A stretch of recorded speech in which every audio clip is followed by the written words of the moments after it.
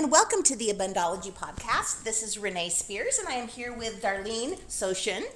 And you are an energy empowerment coach. I am. I know. So I'm so excited to talk to you because I know that you've had some aha life moments recently, which we just shared a few of them when you were coming in.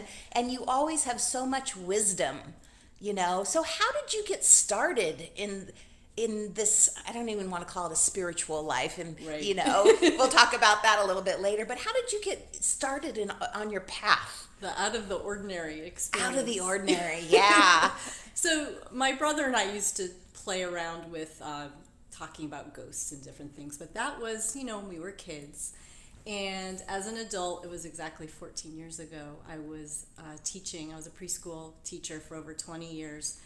And oftentimes what happens is, we're living life and going through it usually blindly, Yeah. and also living in survival mode in our culture. Yeah.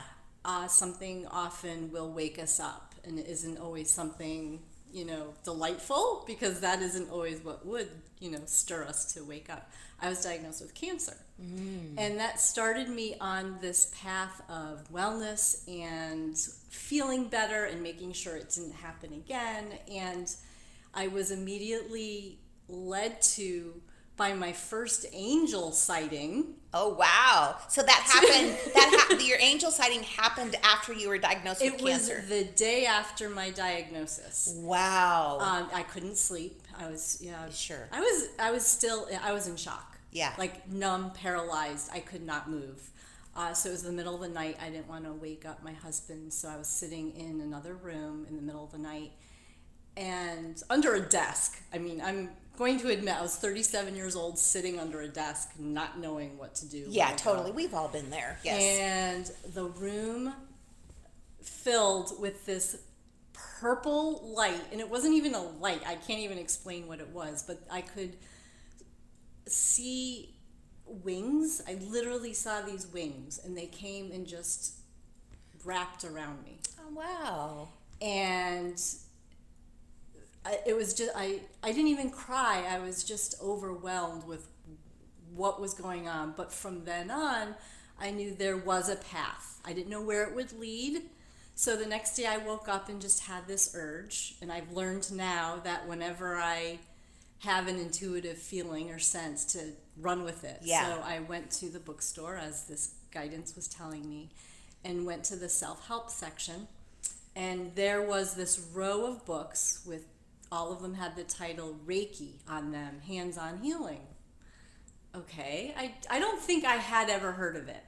So I sat down and spent the whole day sitting in that aisle reading all of these books, and was led to my Reiki teacher. Wow. And that's how my path started. And then from there, everything started opening up. Unfolded, the veil lifted, and it was during my first Reiki session, which was about a week or two later, that I knew immediately this was my new path. So not just receiving Reiki, but actually at some point teaching it and helping others who were going to then find themselves on a similar path I was. Yeah. And so what's really cool about this story is I can look back over the last 14 years and see every single breadcrumb that was dropped in front of me, as far as whether it was my guidance or signs or whatever you want to call it. And every single breadcrumb I followed has led me to exactly where I am right now. And I love to look back and see, because I used to ask people, how did you get to where you are? What led you to your success? And most people are like, they couldn't figure it out. I can tell you almost moment by moment which important or extraordinary breadcrumb led me to where I am. That's super cool. And I think that, especially now that I'm older, I look back on my life experiences and think, what was I doing there? What was that about? Yeah. And then now I'll be like, oh, I learned that, when I was 23, so I could use it now in my life at 55. So it's so cool how life literally leaves the breadcrumbs and prepares us for the next step. Yeah. So cool. So, Is the cancer in remission now? Oh yeah, none of that. Wonderful. So that Reiki's magic then. It is, and not only is it magic about that, but when I started offering Reiki, I learned it immediately. So even while I was receiving chemo, I started learning the path and the teachings.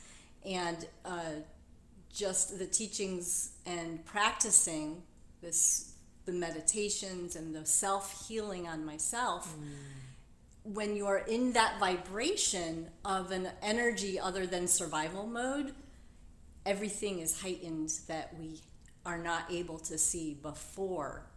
Oh, that makes such sense. Yes. So what Reiki does is it relaxes our nervous system and our defenses. Yeah. And then we're able to see without our senses, well, a different sense, a Yeah. sixth sense, seventh sense, eighth sense.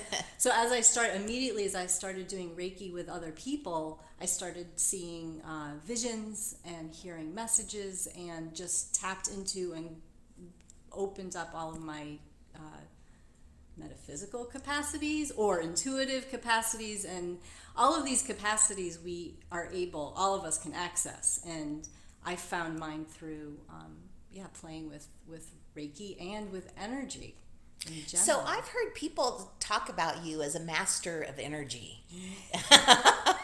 And can you share some tidbits or some of your secrets about how to stay connected and what that even means? Sure. So what I found along the way, because once you wake up, you can't go back. Yes, true. So once your senses are, yeah. And so I started to see parts of myself. I had more and more awarenesses of what I could work on, what would make my life happier and more joyful. And what that was, it happened to be how a lot of people are in survival mode, is reacting to life, reacting to energy. And through all of this, I was told that I was an empath. And that meaning I was very sensitive to other people's energies. So when someone often finds that out, they go and they hide in a cave, or they don't. It's not as easy for them to integrate Because they're settings. so overwhelmed with other people's energy. Right. Yes. So they're overstimulated as well. So what I learned to do is, with all the energy work, so Reiki led me to other different energy modalities. So I have 14 years of playing with different types of energy and different tools that I've been taught. And I have mastered my own energy most of the time. Most of the time, And yes. so what I do in my work is I teach people how to be the CEO of their own energy.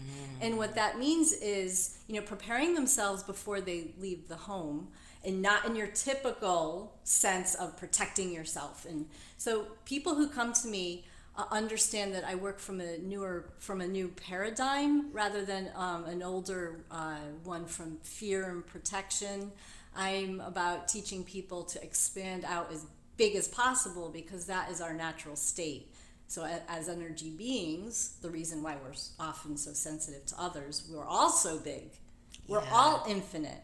So the work that I walk people through is showing them how to be as big as they truly are. And when you are that in the world, you are not sensing, feeling, and taking on everybody else's stuff.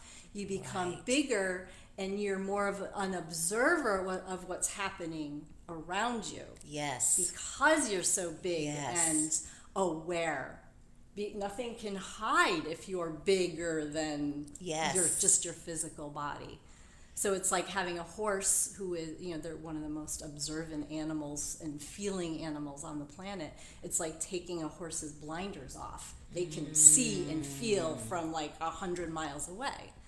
And I teach people how to go to that place and then align a series of tools to help them not get overwhelmed by what's coming in. Right. Which is really important. Yeah, that is important. I love the idea of a CEO of your energy. That's amazing, because when we go out for the day, we take a shower, we brush our teeth, we dress, we get all the tools that we need, but oftentimes we forget about our energy, which is the most Always. important thing. Right. So, and what's so fun is people who find me, it's usually because they're not in control of their energy, and they let other people's Okay. energies take over. Whether Yeah. it's an awareness, whether they're aware of it or not, they come to me because they've lost touch with this source within them that knows how to Well, integrate in the and that world. is one of the most important things, as we were talking before, about that connection to source. Yes. You know, and it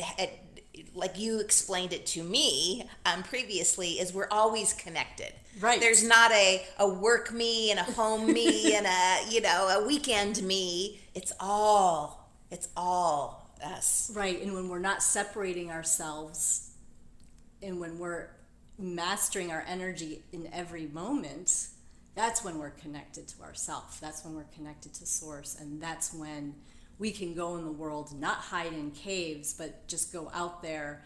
And whether someone is, whether they're in relationships and they're needing to master their energy in conversation, or in job interviews, social interactions. So the fun work about what I do is sharing with people how they can be the master in any situation, no matter what. So even in the eye of the storm, Right. what I have been taught myself and what I now share with people, my clients, is, okay, first of all, being connected to yourself, and most important, measuring, engaging when you're not.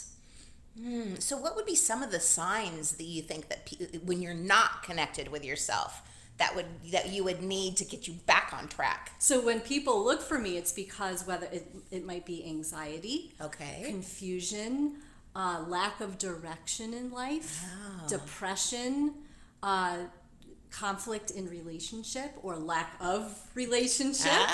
Yeah. So all of these signs, when we're feeling out of sorts, is when we're not connected with our own source. And an amazing gauge for that, and this is the work I am particularly fond of, that I'm walking into, is our animals, our pets. Oh. So if you ever want to know or gauge or measure where you're at in your connection to yourself, look at how your animals are feeling and behaving. And so people will often contact me because their animal, at first they're looking for some healing for their animal. It may not be feeling well, or it might be having anxiety. It might not be eating, or having separation anxiety. And where that conversation has been going is, okay, well, what's going on inside of you? What's happening in the home? The pet is the perfect example. I just heard your dog. Yes, my dog's in the other room and just shook his head as we're talking about this. So if we have animals and we are busy and going through life and really not paying attention, sometimes we get stuck in something like that. But something's happening with the animal. Oh, it's a perfect time to stop and listen. That is so fascinating. So Jack, he eats a boring dog diet, but he had a stomach issue, I don't know, 3 or 4 months ago. And we needed to go out into the middle of the night, to go potty, which is more difficult in an apartment because you have to, go down the elevator and all that. But the fascinating thing is I had a stomach issue at the same time, and he didn't eat that I saw anything different. I truly believe it was because my stomach was so upset that his was too. They feel what we feel. Wow. Everything. Wow. They absorb it, and if there's particularly a healing dog, which a lot of us who are heightened and awakened will often have healer dogs, and that's interesting. They'll take on that. We find each other. It's a match. It's a universal match. They'll take on for us what we're experiencing, so we don't have to have as much of the pain. They don't want to see us distressed, so they will take that. They will take it There's on. nothing more unconditional than the love of a pet, a dog. That's fascinating. Well, maybe a cat, but Yeah, in my yeah. experience, The dog, the yeah. dog will really, truly take on everything, so we don't have to have that. I saw one of those silly memes about, every animal is a service animal or something. It was so cute because it's true. Oh, it so is. And Yes. my dog Millie is a healer dog. She told me last year. She said very clearly, "I'd like to be doing healings with you." So Well, I feel very honored because her first healing was that's mine. right. Yes. That's right. It was, Yes. and that she just loves it. So I'll tell her when it's our time to go to the office. It's time to go to the office, and she'll stand up, and it's the only time she'll do this. She'll spin around in a circle, and she's a big dog, so Yeah. that's something like little dogs do. But Yeah. when I say we're going to the office, and she'll, and this is something new for her because her sister, my other dog, Lacey, passed away a couple months ago. And this is exactly why I'm now really stepping more deeply into the animal connection. My girl was sick for a couple of years, and as soon as she crossed over, she was in her body, then she was out of her body telling me what I needed to do. Wow. So now Lacey is the one bringing me breadcrumbs and so my connection to source, not that we need something outside of ourselves, but because my love for her was so strong, my connection to source now is wide open and as clear as a beautiful blue sky. And she's just sharing with me every step I need to take, in awareness of when I'm off, when I'm not connected to my source, when something's happening, and she'll lead me exactly to where I need to go. That's so great. Oh my gosh. God. So when I used to have synchronicities, once in a while, at least once a day, little things like I would see numbers that would make me smile. They are now huge, and you can't miss this one, Mom, is what she'll say. I love that. Now, you told me a story about your money as you were coming here. Right. Which is fascinating to me. Can you share that story? I'd love to. So we all have these funny ideas about money. Seems to be one of the ones that we all have some sort of perception about. It's so true. It's one of the, Our I always, culture. say that. It's like one of the last maybe taboo things that we can talk about. Sex, we can talk about that now all day long. But money, that we have so many really ingrained, weird, dysfunctional ideas about money. Right. Yeah. And oftentimes we think, oh, I got that one covered now. Yeah. Oh, it shows up. It does. I had money that I need to bring to the bank, and I didn't want to leave it in my car in the parking garage. So I brought it with me. And as I was putting it in my case, I thought to myself, oh, I can't leave money in the car. That's not safe. But I shouldn't be walking anywhere with it either. Oh, it's not safe to have cash or money on you. Fascinating. Where Where did that come from? Yes. My mom always taught me that. Yeah. Don't have money where can it be seen, and Yes. people might follow you. So all these little fears that were meant to keep us safe actually, was a deterrent from generating money to have. Yes. So I closed the money, I brought it in the case, and I laughed thinking, oh, that's a funny awareness. I'm going to share that with Renee. Yeah. And as I locked my door, turned around, and was walking towards the stairs, a car came around the corner with the license plate that said just this one word in capital letters, shift. You can't make this Okay. stuff up. And this is what Lacey brings me daily, these amazing messages. Yeah. And I love that because if you are an aware person, which I think we strive to be, this kind of stuff happens all day long. It's just like you said, you have the blinders on, Right. And once they're taken off, it's like, it's like you live in a magical land. Yes. Where not only the breadcrumbs, but a car with shift right in front of you, is pointing you in the right direction. It's Exactly. amazing. So I assume one of the things you do is to teach people how to use these, these what do you even call them? Tools. Tools. Games. Games. I call them home play. Home play. After we work together, I give them exercises to continue using to keep the momentum going. Yes, which is part of the key to this. It's the key to master your energy consistently, because it's easy to fall or get derailed because there's a lot going on in all of our lives right now. Yes. Whether it's our home life or outside of us in the world.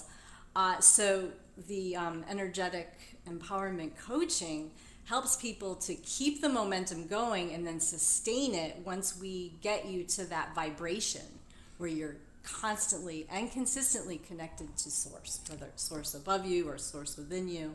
So this coaching it keeps you on a trajectory forward rather than on, off, on, off. Yeah. And it's more powerful that way to have someone, to encourage you, inspire you, keep reminding you of, okay, what's the happier direction? Right, exactly. So that it's, how to continue that. Yeah, to me, think that is one of the major things that I do in my life that makes my life so abundant, is I don't really focus so much on making money. I focus on keeping myself connected. The joy, And all of it, like being in the flow and the thing, and realizing what takes me out of the flow and then what keeps me in it. And that's what's beautiful about when something happens that wakes us up, that we're not either connected to source or not in the flow. It's not something wrong. So as a preschool teacher, I'm pretty famous for not calling something wrong. I've always said, to the 3 and 4-year-olds, let's look at this and, okay, how can we use this to make it better next time? What did we learn from this? And so nothing is ever wrong. It's just simply putting us back on track and reminding us and giving us a message that, something's up. Let's refocus here, recenter. Yeah, I love looking at it like that. And that's what I love about this energy coaching that I started doing. It's, because I see how, people do learn the tools. I've been doing that all along, but it's the momentum of having contact with someone on a weekly basis to keeping them on track and making sure that, they're not reactive again or being their mom again. Well, and we do that for work. Our bosses or whomever, like, what are you working on? What's your project this week? What are your goals? We do that for work. And maybe sometimes in our life, if we're on a diet or we're on an exercise plan or something, but we forget the bigger picture of keeping your energy on the right path. Yeah. And that's the key to absolutely everything. To everything. Yeah. Being aware of what you're emitting in the world and what you're receiving. Right. And when we're not aware of that is when we kind of take a nosedive. But as you said, that's just showing us that we need to get back on the path. Yeah, back to the connection. Everything is a message. Everything is a message. That's so good. Anything else you want to share before we wrap this up? I know you're just like a book of energy wisdom on my couch. I love it. I love playing in that, and what I do is I don't take people backwards into, okay, let's figure out what caused that energy, what caused that blocks. I take people forward. And one of my favorite terms that I learned from a mentor a couple years ago is defining one's energetic priorities. Meaning, okay, how do I want to feel today?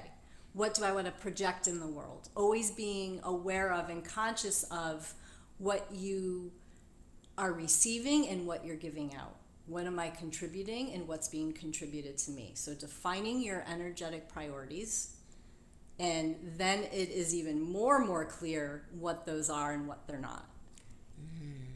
And so we move forward in the work I do.